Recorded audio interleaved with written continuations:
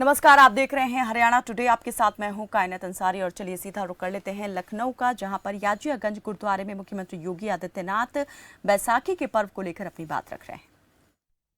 खालसा पंथ की स्थापना करके भारत की रक्षा के लिए जिस प्रकार की एक उस कालखंड में अपनी सेना खड़ी की थी,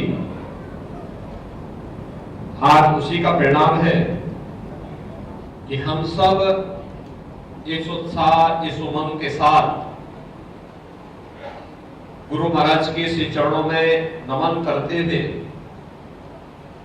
बैसाखी के इस पर्व में एकत्र होकर के हर्षोल्लास के साथ न केवल प्रदेश की राजधानी लखनऊ में बल्कि पूरे देश के अंदर इस आयोजन के साथ हम सबको जुड़ने का अवसर प्राप्त हो रहा है। हम सब जानते हैं सिखों के इतिहास के बगैर भारत का मध्यकालीन इतिहास अधूरा माना जाता है। त्याग और बलिदान की जो एक लंबी परंपरा और एक लंबी श्रृंखला खड़ी की है सिख गुरुओं ने, आज उसी का परिणाम है कि देश भी और धर्म भी सुरक्षित है। और इसीलिए इस प्रकार के आयोजन के साथ जुड़ना, इन कार्यक्रमों में भागीदार बनना अपने पूर्वजों के प्रति हमारी श्रद्धा को व्यक्त करता ही है।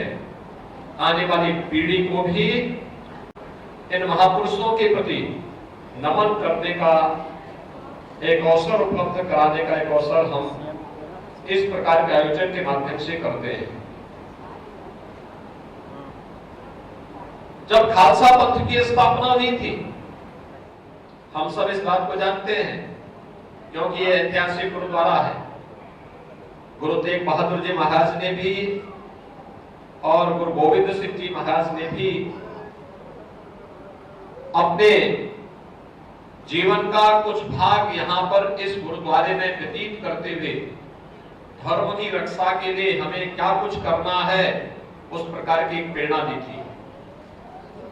और उस समय की उन विकृतियों के जिनके कारण समाज कमजोर हो रहा था, उसको दूर करने के लिए ही खालसा पंथ उस समय के लिए हम सब के लिए एक नया मार्गदर्शक के रूप में सामने आया था।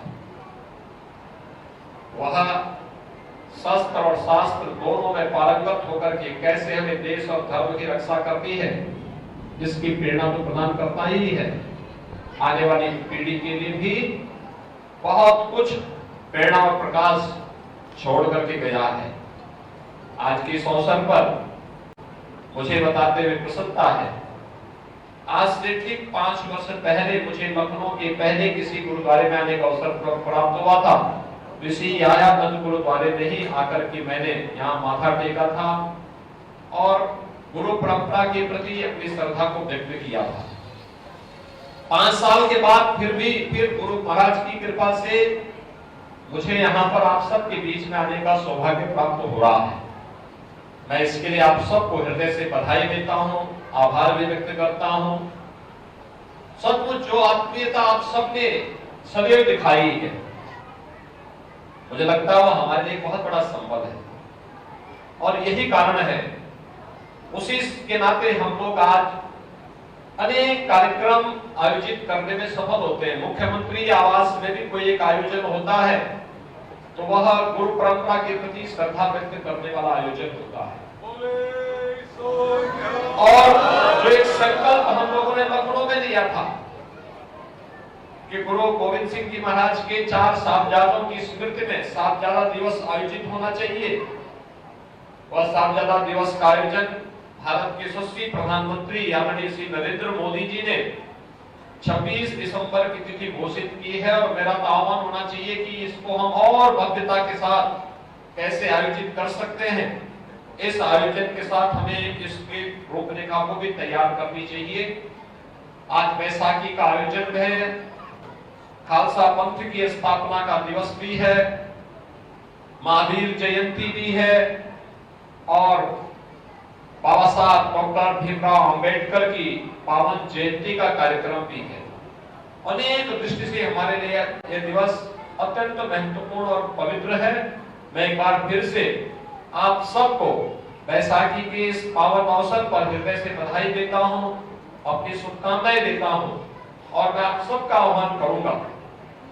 ये ऐतिहासिक धरोहर है यारगंज गुरुद्वारा हमारे लिए, और इसलिए जो हम लोगों ने पहले भी कहा था कि यहाँ के पुनरुद्धार के लिए, इस क्षेत्र के विकास के लिए क्या कुछ होना है, इसके लिए यहाँ की महापौर के साथ में, ब्रजेश पाठक जी के साथ में एक बैठ करके ठोस कार्य योजना अगर आप लोग प्रस्तुत कर देंगे तो हमें इसमें सहयोग करने में प्रसन्नता होगी। मैं एक बार